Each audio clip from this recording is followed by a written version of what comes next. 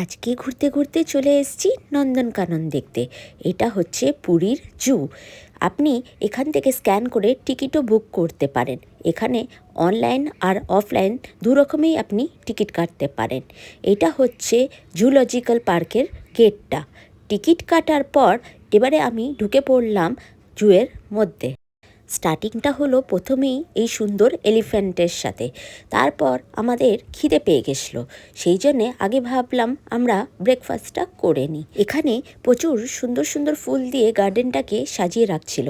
শীতকালে আসার জন্যে এখানে আমরা নানা রকমের গাঁদা ফুলও দেখতে পেলাম।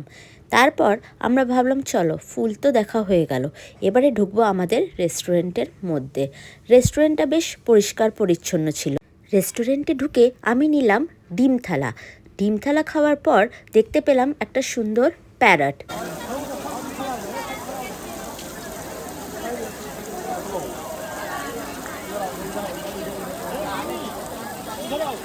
বন্ধ হয়ে যাবে।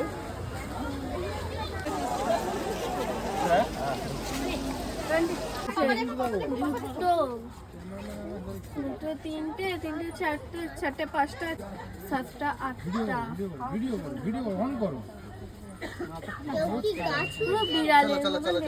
এত বড় জু কি ঘুরতে অনেক সময় লাগছিল। তারপরে আমরা পৌঁছে গেলাম ভালচার দেখতে। ভালচারটা বিশাল সাইজে বড় ছিল। তারপরে দেখলাম রেড প্যারটটাও খুব সুন্দর দেখতে ছিল। পাখি দেখার পর আমরা আবার আস্তে আস্তে এগিয়ে গেলাম বাঘ দেখার জন্যে। কেন কি শুনেছিলাম এখানে নানা রকমের বাঘ আছে। মাঝখানে পড়লো হরিণ। স্পটেড ডিয়ার দেখার পর আমরা দেখলাম উলফগুলোও বেশ দেখতে মজাদার ছিল। তারপরে পৌঁছে গেলাম বাঘের খাঁচায়।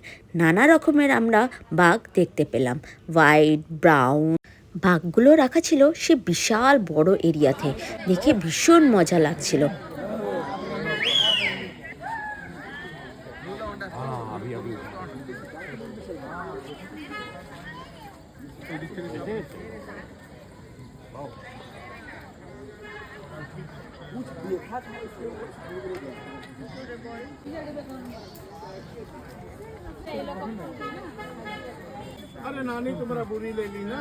এত বড় জুটা ঘোরার জন্যে এরা গাড়িও রেখেছিল।